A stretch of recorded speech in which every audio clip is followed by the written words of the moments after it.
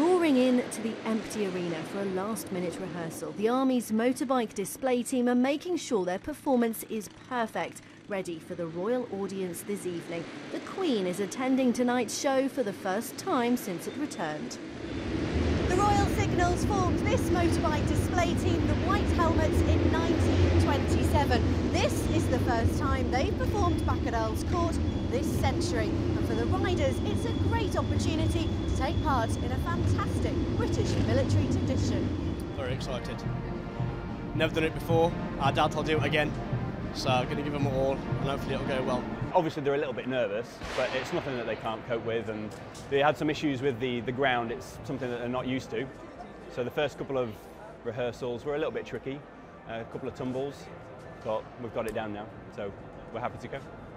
Last year, ABF, the Soldiers' Charity, worked tirelessly to restore the show for the public, and it's not been much easier this year, especially as proceeds are being shared between the three forces' main charities, as all three services are now taking part. We had a great show last year. It went very well, and so that gave us a bit of a lift to ensure we did it again this year.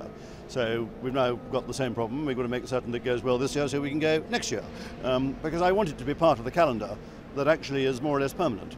We're thrilled. We think that both the Royal Navy and the Royal Marines are an integral part of the armed forces of the Crown, and we therefore should be here playing our part in the military tournament just before Christmas. Each year has a theme, and this year it'll focus on our special relationship with our American allies. For many of these soldiers in the US Army drill team, it's their first visit to the UK. It's quite an honor for us. It's the first time since 2003 that we've been able to travel to the UK as a drill team.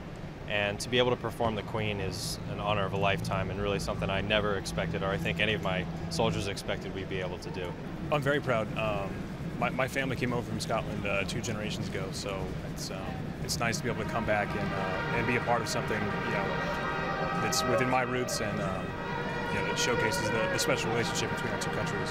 Part of the show also aims to inform the public about current operations in Afghanistan. This year it'll focus on a shura with locals, but it doesn't quite go to plan. Last year was a concentration on actually a firefight and an engagement with the Taliban, and this year it's more about the progress we've made and the fact that it's all about pushing the engagement with the locals and the government of Afghanistan together. So that's where we're working with the stabilisation unit, with the stabilisation team, and getting the district governor out to the locals to sort of push the message and dealing with what happens from that. The world's eyes at the moment on Afghanistan. Everyone's watching what's going on in Afghanistan, and I am proud to basically represent my country and for the Queen of England, and to show, basically, to represent Afghanistan.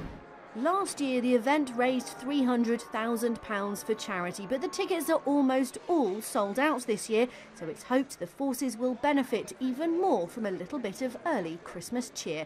Kyle Lark, Forces News at Earl's Court.